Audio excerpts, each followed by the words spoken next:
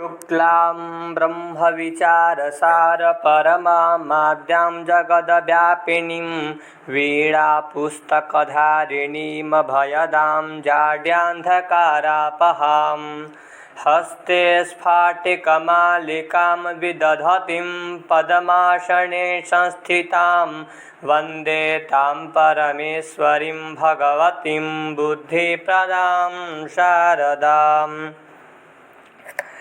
आज के पाठ में हम लोग झयो होन्यत्रश्याम सूत्र को पढ़ेंगे। इस सूत्र में 3 पद है। झयः पंचम्यंत पद है, हः षष्ठ्यंत पद है, अन्यतरश्याम सप्तम्यंत पद है। हम लोग कल के पाठ में पढ़े थे तस्मादित्युत्तरस्य।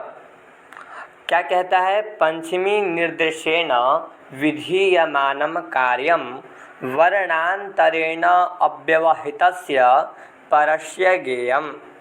पंचमी को मानकर अगर कोई कार्य हो रहा हो तो वह कार्य पर में होता है। ठीक।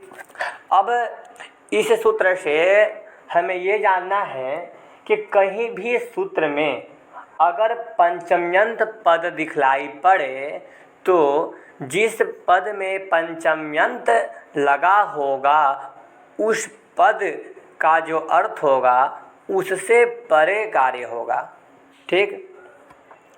जैसे मान लीजिए कि उदः अस्तास्तंभोः पूर्वस्य सूत्र में उतः में पंचम्यंत पद लगा था तो उत से परे अस्था और स्तंभ को पूर्व सवर्ण होता था। उसी तरह यहाँ पे झयो होन्यत्रश्याम सूत्र में झयः पद में पंचम्यंत लगा है तो झय से परे ऐसा हम अर्थ करेंगे।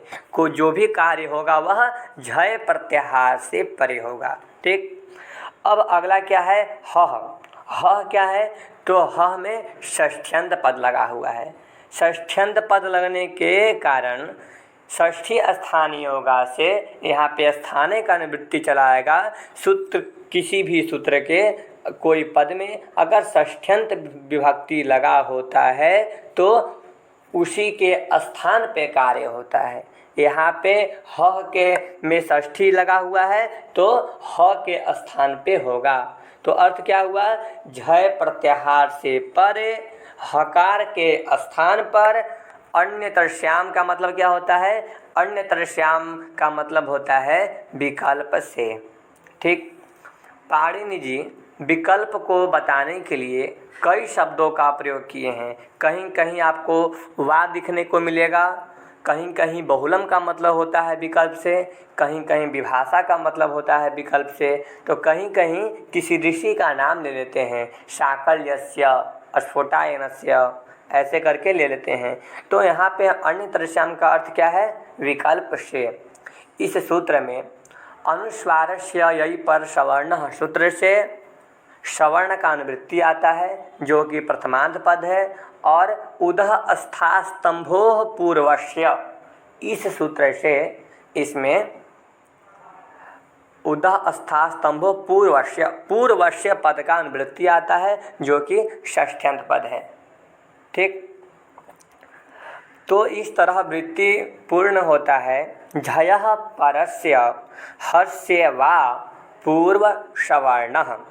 झयः परस्य झय प्रत्याहार से परे हस्य वा हकार को वा अर्थात विकल्प से पूर्व सवर्ण होता है। झय प्रत्याहार से परे हकार के स्थान पर पूर्व सवर्ण होता है विकल्प से। पूर्व सवर्ण का मतलब क्या होता है? तो पूर्व वर्ण का सवर्णी हो जाना। पूर्व वर्ण का सवर्णी हो जाना। अगर पर सवर्ण हो तो पर वर्ण का सवर्णी आदेश हो जाना। ठीक। नादस्य घोषस्य समवारस्य महाप्राणस्य तादृशो वर्ग चतुर्थः वाघरिः। ठीक। इसको हम लोग उदाहरण से समझते हैं। वाक धन हरि, ऐसा रहेगा। यहाँ पे झलाम जशोवंते सूत्र से वाक्य में जो क है उसके स्थान पर जस्त कर देंगे तो क्या हो जाएगा, वाग हो जाएगा। आप जस्त कर दीजिए तो वाक धन हरि ऐसा रहेगा, तब भी ठीक है। अगर वाक धन हरि है तो ये भी ठीक है। ठीक, मान लीजिए यहाँ पे वाक धन हरि है, जस्त कर दिए तो क्या हो गया, वाग धन हरि। अब यहाँ पे सूत्र लगाएंगे झयो होन्य तरश्याम। क्या कहेगा, झय प्रत्याहार से परे। झय प्रत्याहार में कौन कौन से वर्ण आते हैं, तो झय प्रत्याहार में वर्गों के प्रथम वर्ण, द्वितीय वर्ण, तृतीय वर्ण और चतुर्थ वर्ण, 5 वर्ग है। पांचों वर्ग के प्रथम, द्वितीय, तृतीय और चतुर्थ ये वर्ण आते हैं पंचम वर्ण को छोड़कर। तो इस तरह 5 वर्ग है और प्रथम, द्वितीय, तृतीय, चतुर्थ 4 आ गया तो 5 गुने 4 20, मतलब झय प्रत्याहार में 20 वर्ण आते हैं। तो अगर इन 20 वर्ण से परे, झय प्रत्याहार में कितने वर्ण आते हैं, 20 वर्ण आते हैं। इन 20 वर्णों से परे अगर हकार हो तो उस हकार के स्थान पर पूर्व सवर्ण हो जाता है। पूर्व में जो वर्ण है उसका सवर्ण वहाँ पे आदेश होता है विकल्प से। तो अब बताइए कि वाग में जो ग है यह झय प्रत्याहार में आएगा कि नहीं आएगा। यह जो ग है यह कवर्ग के तृतीय नंबर का वर्ण का सूत्र है, ये अक्षर है ग। तो वर्ग का तृतीय वर्ण क्या है, ग है। और प्रथम, द्वितीय, तृतीय, चतुर्थ ये झय प्रत्याहार में आते हैं। तो झय प्रत्याहार हमारा क्या हो गया, ग। इससे परे क्या चाहिए, हकार चाहिए। तो हरि का क्या मिल गया, ह। तो झय प्रत्याहार से परे हकार मिल गया। इसको मतलब हकार को क्या हो, पूर्व सवर्ण हो, पूर्व का सवर्णी हो जाए। ठीक, तो यहाँ पे देखिए ग जो है, ग का पूर्व, ग का सवर्णी हो जाए। ग किस वर्ग में आता है, क वर्ग में आता है। तो ग का सवर्णी क्या हो गया होगा, क ख ग घ अंग, ये जो होंगे ये ग के सवर्णी होंगे। क्योंकि ग का क्या है उच्चारण स्थान, अकुह विसर्जन्यानाम कंठ, अ का, कवर्ग का, हकार का, और विसर्ग का उच्चारण स्थान क्या होता है, कंठ होता है।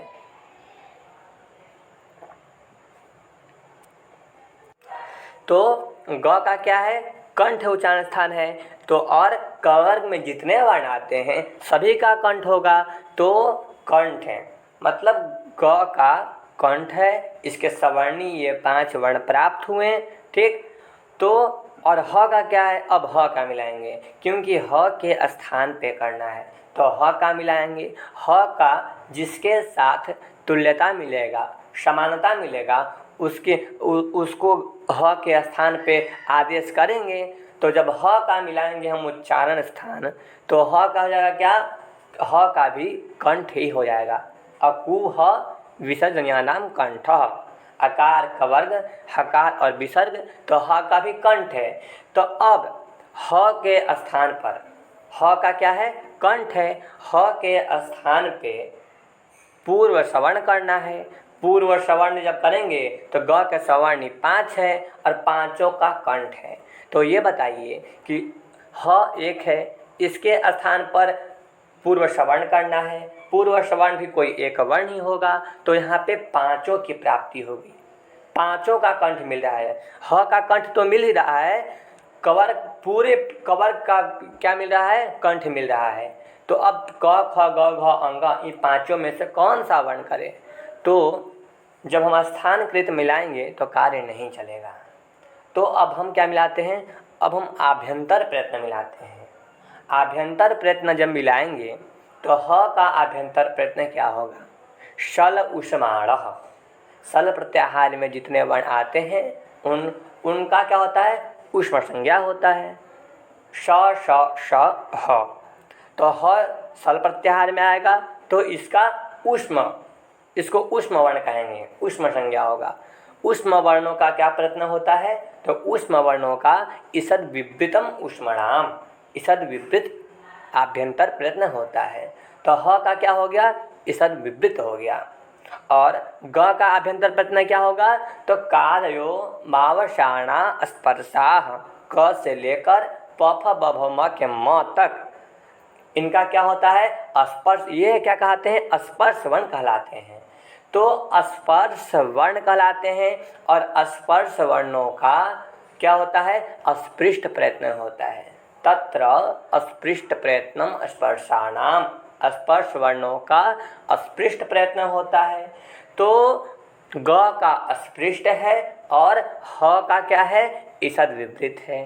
तो इनका भी समानता नहीं मिल रहा है, तो आभ्यंतर प्रयत्न से भी कार्य नहीं चलेगा। तब अब हम बाह्य प्रयत्न मिलाएंगे। जब हम बाह्य प्रयत्न मिलाएंगे तो ह का क्या उच्चारण स्थान है? तो ह का होगा, ह किस, देखिए ह का मिलाएंगे तो ह, अब जब हम बाह्य प्रयत्न मिलाएंगे तो देखेंगे कि ह ये कौन सा प्रत्याहार में आएगा। तो यहाँ पे है हर्षः संवारा नादा घोषाश्च।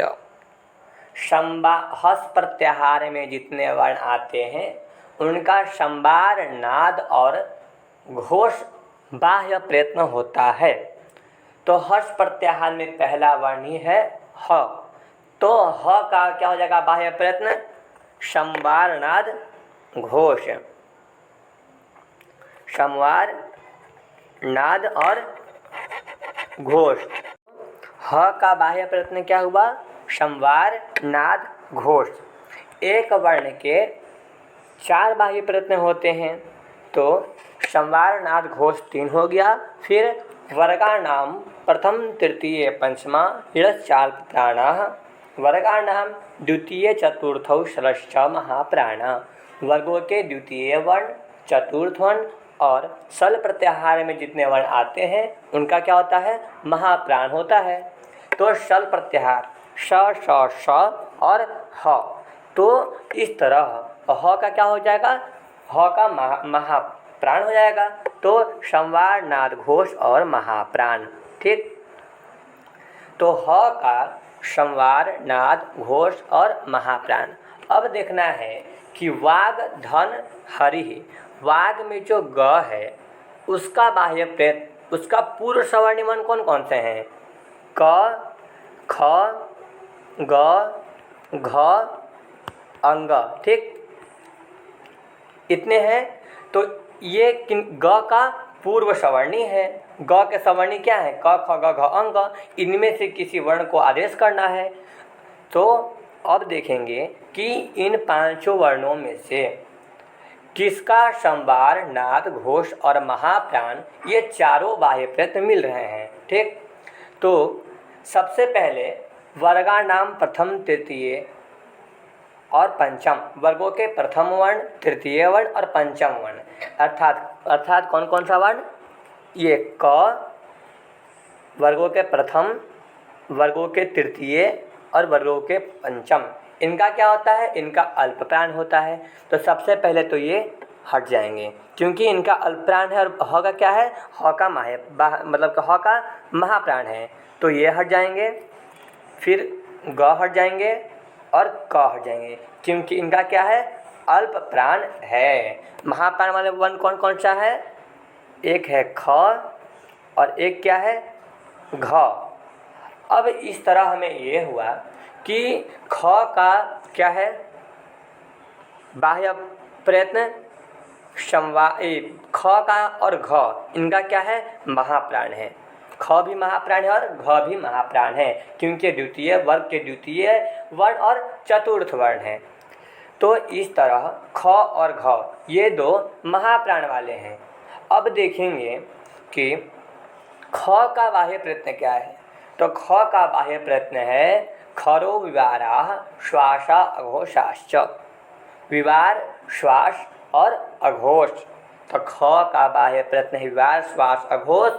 और घ का क्या है? संवार, नाद, घोष और महाप्राण। तो इस तरह हमारा घ ये निश्चित हुआ।